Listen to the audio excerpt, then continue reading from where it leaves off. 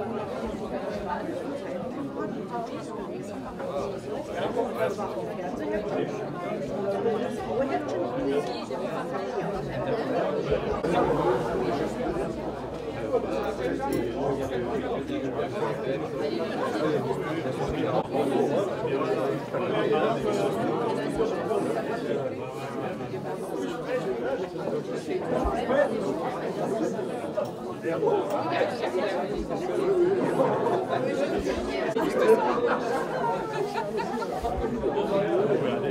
veux y aller?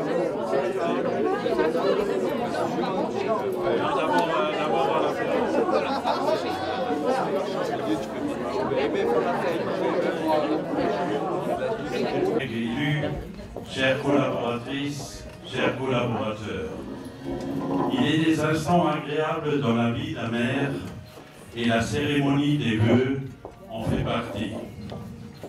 Cette cérémonie est non seulement un moment agréable, mais c'est aussi un moment important de la vie de notre mairie, car elle permet, le temps d'une soirée, de faire avec vous la synthèse de l'année écoulée.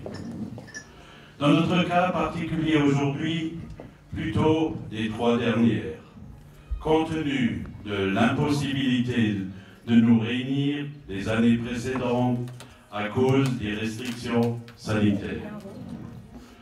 Je veux vous remercier d'avoir répondu à mon invitation, car cela montre l'intérêt que vous portez à la vie de votre commune. Toutefois, certains d'entre vous n'ont pu être présents et je vous demande d'ores et déjà d'excuser leur absence. Nous voilà réunis ce soir pour notre traditionnelle cérémonie des vœux. Et tout naturellement, de façon simple, mais très sincèrement, je vous dis bonne année. Bonne année à vous, à vos proches et à tous ceux qui vous sont chers. Que cette année vous voit tous en bonne santé, que cette année soit celle du bonheur, de la réussite personnelle et professionnelle. En prononçant ces vœux, je ne peux m'empêcher de penser à la dernière fois que nous étions réunis pour la même occasion, le 17 janvier 2020. Et oui, tant de choses ont changé depuis cette cérémonie. Oui, mesdames, messieurs, à commencer en effet par celui qui se tient en face de vous. Je le répète, beaucoup de choses ont changé. Le maire donc, une partie de l'équipe municipale aussi, la ville bien sûr, la France, mais également le monde. La guerre aux portes de l'Europe et ses conséquences sur les plans économiques et énergétiques, ou encore les effets du dérèglement climatique ont considérablement modifié l'ambiance dans notre pays et durablement impacté les organisations. Je vous épargnerai les commentaires sur l'allongement de la durée de cotisation pour obtenir une retraite. Nous sommes les premiers soldats, nous tous à l'échelon communal, les premiers à marcher, à devoir faire face en première ligne à tous ces chamboulements, ces évolutions qui depuis mars 2020 se déclarent à nous. Composer, improviser, parfois ou même de plus en plus souvent. Prendre des bonnes décisions, accompagner et rassurer notre population, nos administrés. Vous savez, su le faire avec courage. Sans votre implication, votre collaboration et votre travail, cela aurait été insurmontable. Pas possible. Sachez combien votre engagement est précieux, et malgré quelques critiques négatives, émanant souvent des mêmes personnages locaux, il est apprécié à sa juste valeur par nos concitoyens.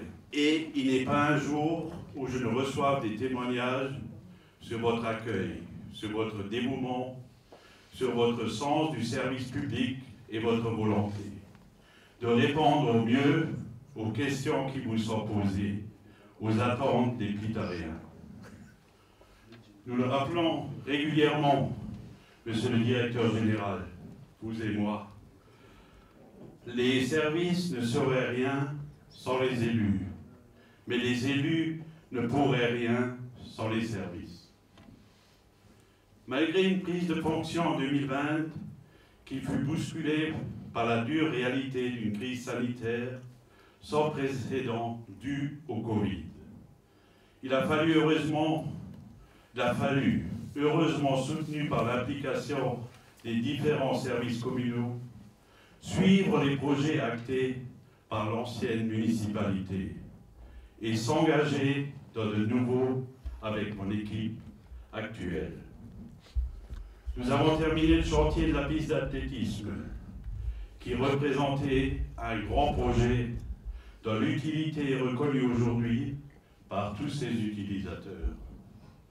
Nous avons achevé l'aménagement d'un plateau pour sécuriser l'entrée de Grosse-Bidastrov en arrivant de l'Ixané-Roulin. Engager la réhabilitation raisonnée du parking à l'entrée du parcours de santé de la forêt de Brandenbusch. Consolider les fossés dans les différents massifs forestiers afin de gérer les eaux pluviales. Nous avons engagé les travaux d'amélioration de l'isolation thermique à l'espace Victor Hugo, à l'école Hermann Chatrian, pour la salle du conseil, pour certains logements et pour la salle de réunion des pompiers au 97A rue de Saarbrück. La maison dite primaire au centre ancien a été démolie. Dans un souci d'économie d'énergie, des travaux de renouvellement de l'éclairage public par LED ont été mis en œuvre. Un nouveau columbarium, un nouvel éclairage au cimetière. Nous avons sécurisé la rue de Saarbrück et les abords du collège par la mise en place de feux micro-régulés. Les sols amiantes des écoles maternelles et primaires, ainsi que ceux de l'espace Victor Hugo, ont été encapsulés par un nouveau revêtement PVC. Le système d'alarme incendie de l'espace jeux et loisirs a été remis aux normes, ainsi qu'une partie de l'installation électrique. Nous avons créé un jardin partagé.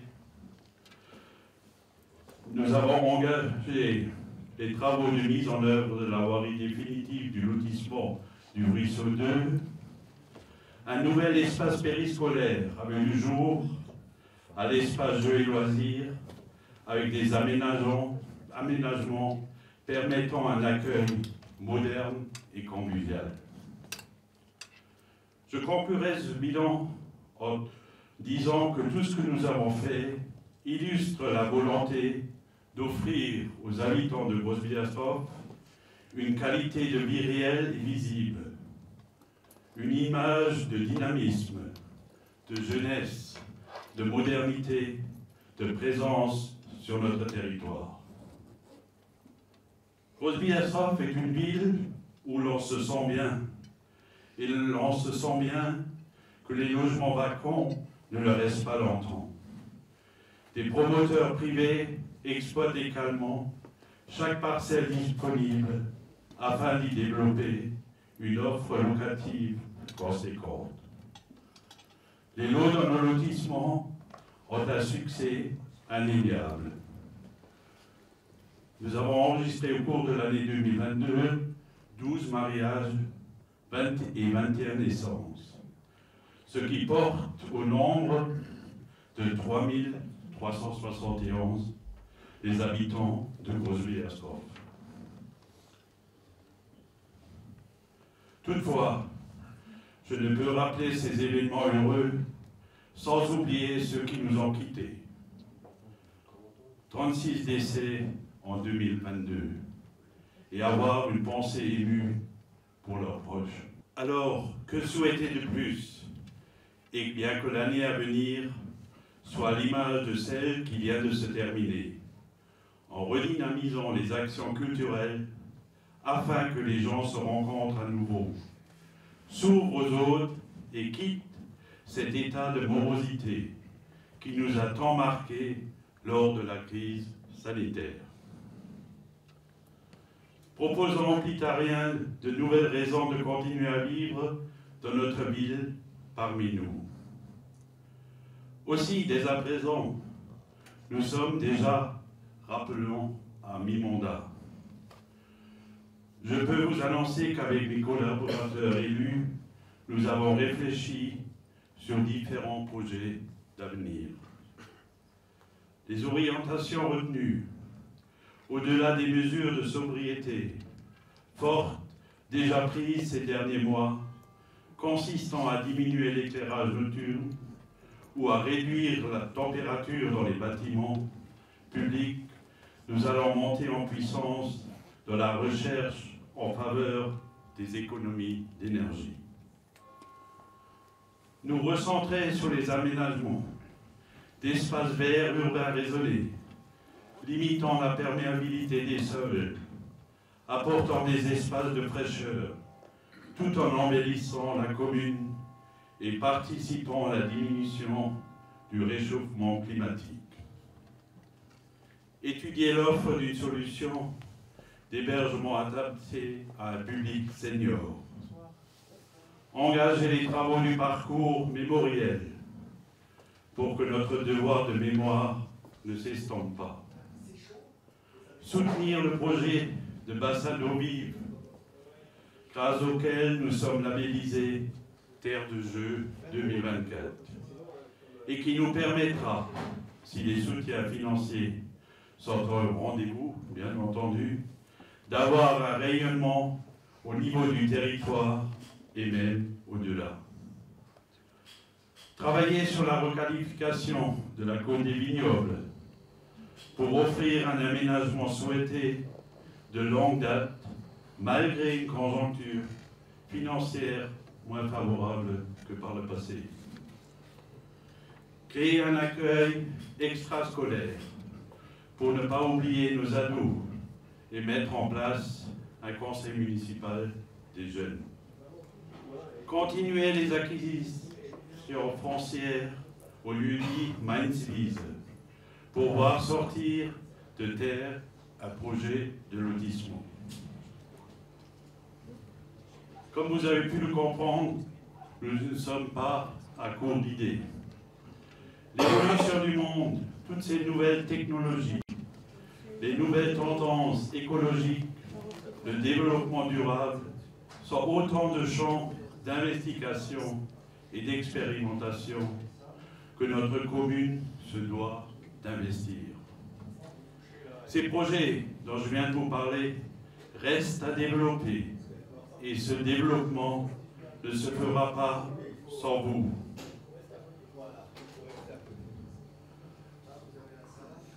Vous serez les premiers concernés par leur mise en application sur le terrain. Encore une fois, j'userai et j'abuserai de vos compétences, de votre disponibilité, de votre implication pour notre ville. Cette ville est la vôtre et c'est vous, avec tous les habitants, qui faites ce qu'elle est. Je terminerai ce discours en vous réitérant une nouvelle fois mes vœux et mes remerciements pour votre travail et votre collaboration qui, j'espère, se poursuivront. Je vous souhaite de passer une bonne soirée et je laisse la parole à notre directeur général, Grégory Schneider.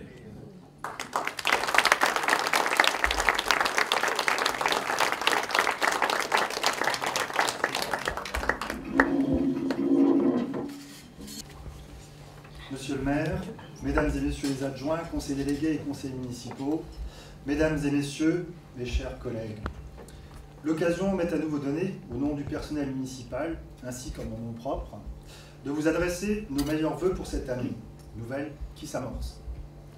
J'appelle notamment de mes bons vœux pour cette année 2023 la joie et le bonheur dans vos familles et dans vos cœurs. Le bonheur de vivre ensemble dans notre belle commune et au-delà dans notre si chère République. Je souhaite également la pleine réussite dans vos projets, personnels et professionnels, bien entendu. La santé pour chacun d'entre vous, pour vous-même, pour vos proches, pour chacun d'entre nous ici présents. L'année 2022 qui s'achève aura été singulière autant que les deux précédentes à bien des égards. Si on m'avait dit que nous allions vivre de pareilles épreuves, je ne l'aurais probablement pas cru.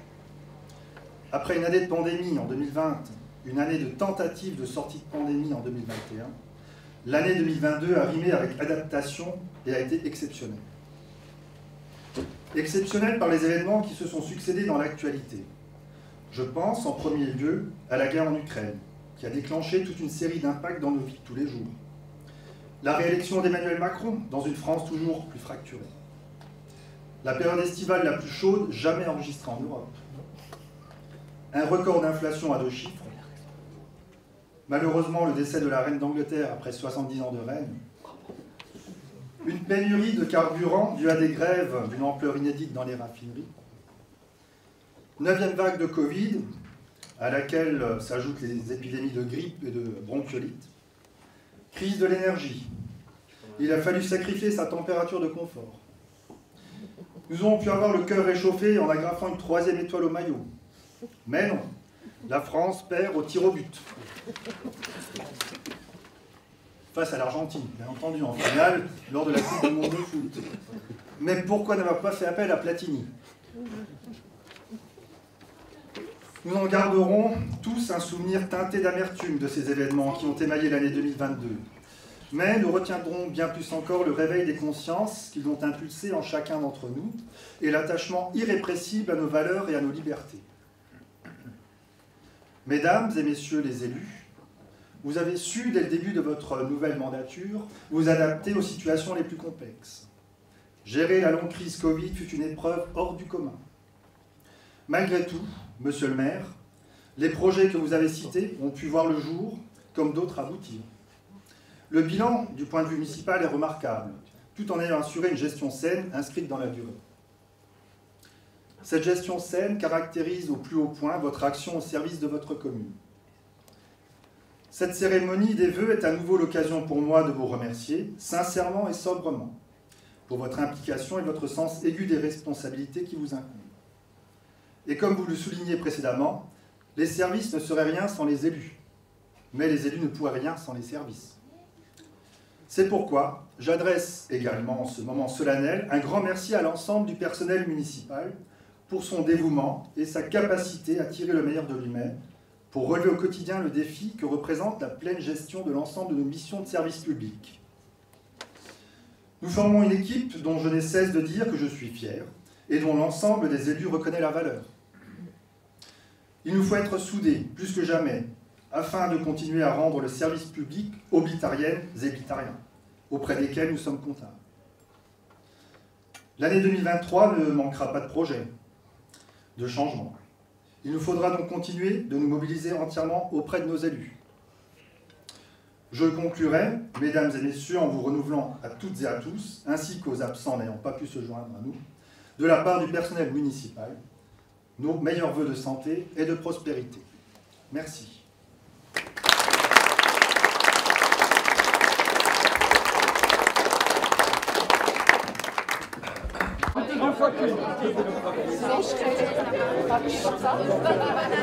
Oui, oui, oui. Salut tout le monde, bonne année. Et après, bonne année, la meilleure la santé, bonne année, la chance à retour. Bonne année, bonne santé. Barrel de Sticker. Tu travailles ensemble?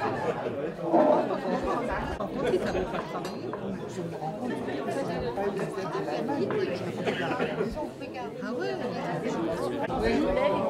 Qu'est-ce que tu dis? Oui, non. Moi je croyais qu'elle était divorcée. Moi je l'ai vu, mais regardez ce qu'il faut. Sinon, on avait hier à la mort un rendez-vous pour François Zémy. Oui,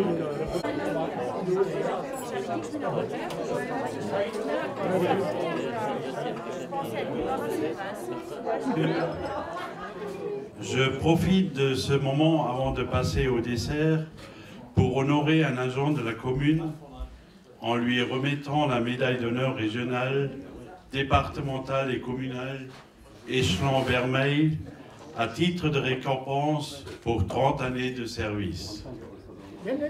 Et oui, Marie-Paul, je t'invite à me rejoindre car il s'agit bien de toi.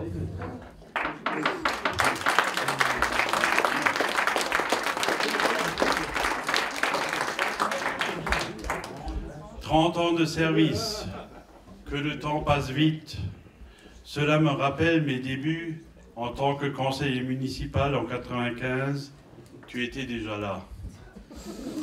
En effet, après avoir eu une activité dans le secteur privé en tant que secrétaire médical, tu as intégré les services communaux le 1er juillet 1992 suite à l'obtention du concours organisé par le CRETA de Sarreguemines.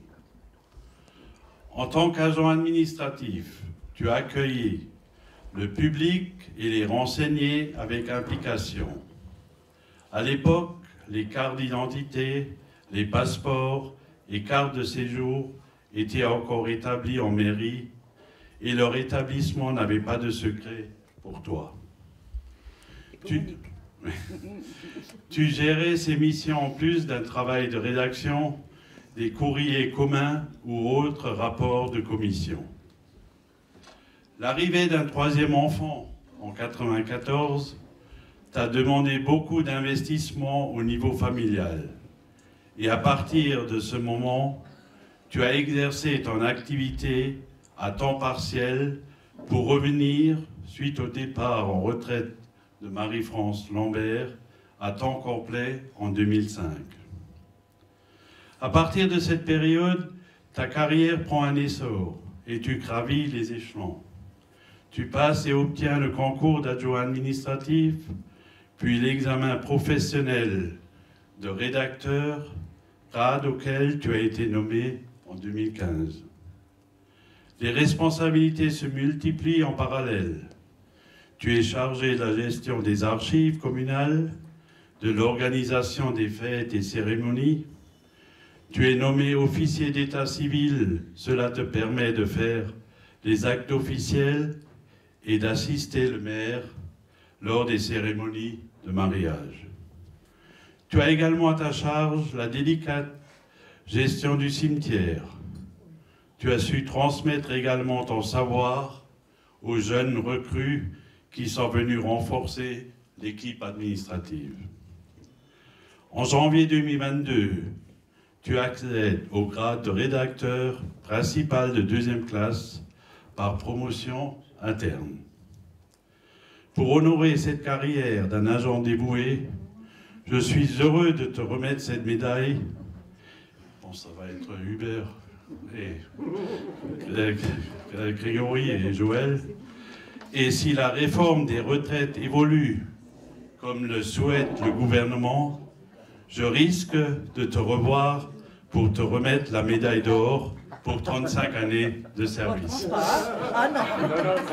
Merci.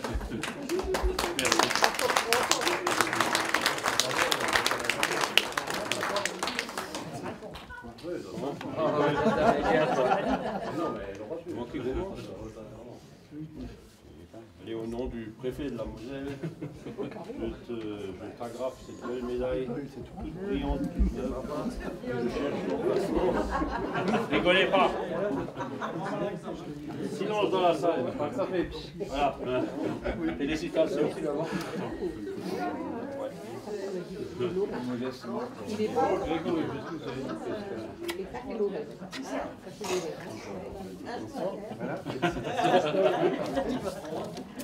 Voilà, Joël.